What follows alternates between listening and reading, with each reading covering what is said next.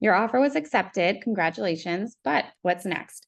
So, when your offer is accepted, you're going to have a fully executed contract to purchase. That means that the seller has also signed the offer to purchase that you had submitted. So, you've got a signed offer, and your first earnest money deposit is due. So, that could be $1,000, $5,000, $10,000, whatever it is that you offered in your initial offer, that first deposit will be due. Your earnest money deposit will go towards your down payment. So at the end, when you are at the closing table, the down payment amount will be whatever your down payment was minus the deposits that you submitted. So your first deposit will be due upon accepted offer. After you've got the signed offer and your deposit is in, which the deposit can be sent either electronically via deposit link or with a cashier's check that can be given to your buyer's agent or sent via mail. You would want to put a tracking number on it and also probably have someone sign for it because that is your deposit. So if you're going to send it via mail, make sure that you've got that information on the deposit and that you send your agent the tracking number as well. So once your deposit is in, you've got the signed contract, you can schedule a home inspection. You're also going to want to have your attorney information ready as well once you've got an accepted offer, because the seller's agent will want that attorney information to get the ball rolling on the purchase and sale.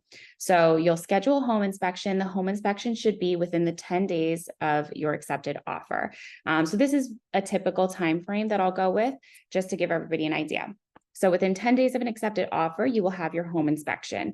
Then your buyer's agent will negotiate with the seller's agent anything that comes up in the inspection. So there's a couple options with the inspection.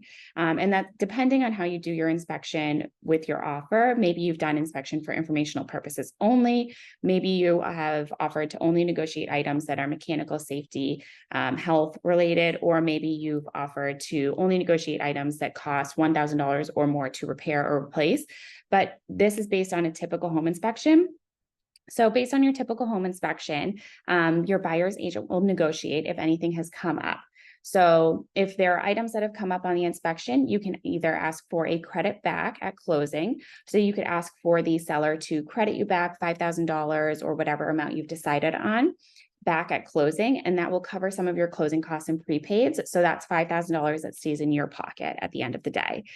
So closing cost credit is one option. You could also renegotiate the sale price. So if there are a number of items that have come up, if you offered $500,000 on the home, but a number of items, maybe the roof or the heating system, have come up as possible items that need repairs or replacement, then you could ask the seller to reduce the price to $489 or whatever number that you've decided on. The other option would be to ask the seller to repair or replace any items that may need fixing. And you would want to ask the seller to do this and have a licensed contractor sign off on them. So you can ask for an invoice or a letter from the licensed contractor once those items are done. So those are your items. Once you've negotiated the home inspection, the buyer's agent will discuss with your attorney. They'll let them know any repair addendum that needs to be done, and they will send over those items to the attorney, and your attorney will draw up a purchase and sale. Once the purchase and sale is signed, or once the purchase and sale is drawn up, your attorney is going to go over the purchase and sale with you. Purchase and sale typically supersedes whatever your contract is. So the initial offer is kind of like secondary to the purchase and sale. Once the purchase and sale is signed, that is your real document that you want to hold on to and kind of go by all of the rules and regulations in that document. Purchase and sale is going to go through every little detail on the purchase of buying that home. So you'll go through that with your attorney. They will talk you through all of that information. And then you will sign that with your attorney, or sometimes your buyer's agent will also send it via .loop or whatever agency they use to have documents electronically signed. Once the purchase and sale is signed, your second deposit will be due. So again, that could be 3% of the purchase price. It could be 5% of the purchase price, whatever that second deposit is, that will be due upon signing the purchase and sale.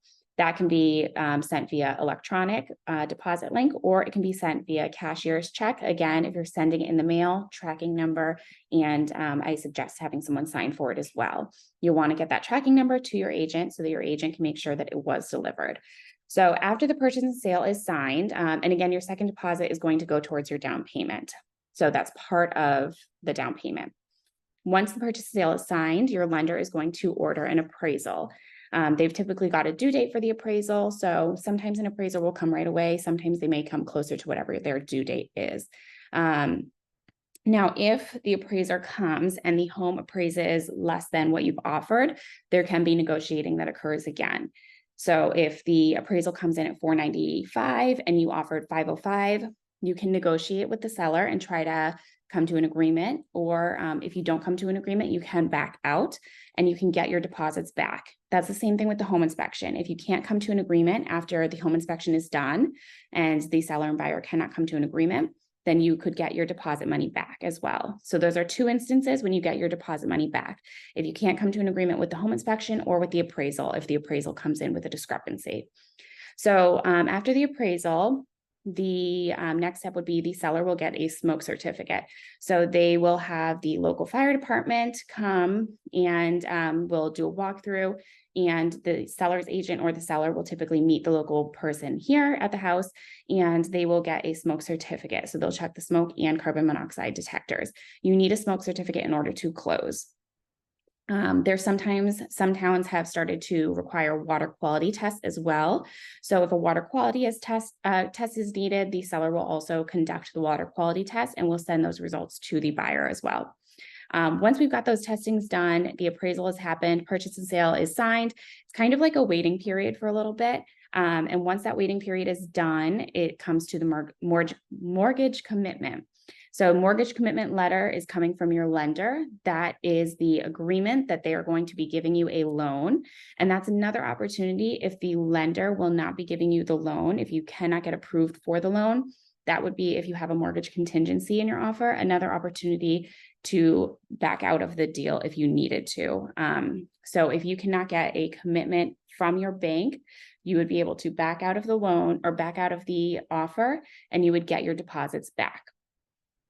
Once you've got your mortgage commitment, though, you're typically about a week from closing once you have that commitment. So you would want to be getting your utilities into your name at the house, letting any utility vendors know that you're moving in on a certain date and that you want your utilities to be started on that date under your name. A final walkthrough will then occur either the night before closing or the morning of closing, depending on what works with your schedule. So you'll have a final walkthrough. You're going to want to check all of your appliances. You're going to want to check the mechanics, make sure that everything in the home is in the condition that you expected it to be and in the condition that it was the last time you saw the home. So you go through your final walkthrough with your buyer's agent, and then you'll have your closing. Closing happens with your attorney. You're signing your paperwork. And then once you've closed, your attorney is going to send that paperwork to the town to record. So once that recording is done, once the town has recorded the sale, that's when you get the keys to your house. So that's the steps of purchasing a home in Massachusetts. If you have any questions at all, let me know. I'm happy to walk you through anything at all.